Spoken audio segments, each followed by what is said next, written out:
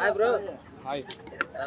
So రీసెంట్గా చూసుకుంటే Pawan Kalyan cinema పైన చాలా ట్రోల్స్ జరుగుతున్నాయి, కలెక్షన్స్ తక్కువ వచ్చినాయని చెప్పి చాలా మంది కొంతమంది ట్రోల్ చేస్తూ ఉన్నారు. దీని గురించి మీరే ఆయనకి ట్రోల్ చేసేవానికి ఇంటిగా కూర్చొని ఏం చేయాలి అర్థం కాక అదే స్టోరీ చెప్తా ఉంటాడు. కానీ వాడు వచ్చి సినిమా చూసి అది ఎలా ఉందో దేని గురించి ఉందో చెప్తే బాగుంటుంది.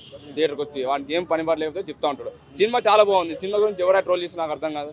ఫస్ట్ హాఫ్ బాగాలేదు, కాకపోతే సెకండ్ హాఫ్లో సినిమా ఈరోజు చేశాడు పవన్ కళ్యాణ్. ఆ డైలాగ్ కానీ, ఫైటింగ్ కానీ, క్లైమాక్స్ కానీ, యాక్షన్, రియాక్షన్ ప్రతిదీ బాగుంది. చాలా మంది వచ్చి ఆయనకి చెప్తా అదే చెప్తున్నా, నా బాగాలేదు అంటే పార్ట్ 1 ఏం చెప్తున్నా, ఆ పార్ట్ 1 అసలే బాగాలేదు. శ్రీలీల ఎప్పుడైతే ఎంట్రీ ఇచ్చిందో సినిమా అదిరిపోయింది. సెకండ్ హాఫ్ అదిరిపోయింది సినిమా.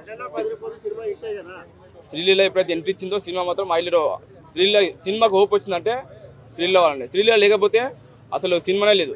శ్రీలీల కామెడీ కానీ, తన డైలాగ్ కానీ చాలా బాగుంది. శ్రీలీల అసలు ఆ ఓల్డ్ సాంగ్ పెట్టడం ఎలా అనిపించింది? తొలి ప్రేమకు సంబంధించిన సాంగ్ పెట్టారు లేదా పెట్టినకి లేదు. తొలి ప్రేమకు సంబంధించిన సాంగ్ పెట్టారు కదా, ఆ సాంగ్ ఎలా అనిపించింది మీకు? శ్రీలీల కావచ్చు, పవన్ కళ్యాణ్ కావచ్చు, ఆ జోడీ కావచ్చు, ఆ జోడీని ఎలా అనిపించింది ఆ సాంగ్ లో? జోడీ అయితే నాకేం నచ్చలేదు అంత. ఎందుకంటే అన్ని ఓల్డ్ మిక్స్ చేసి మొత్తం తొలి ప్రేమ, మన ఖుషి సినిమాలో 3 సినిమాలు కలిపి స్టోరీ మొత్తం పెట్టిండో. కానీ స్టోరీ అయితే ఇందులో ఏం లేదు. కాకపోతే ఏంటంటే నాకైతే సెకండ్ హాఫ్ మొత్తం నచ్చింది. ఫస్ట్ హాఫ్ అసలే బాలేదు.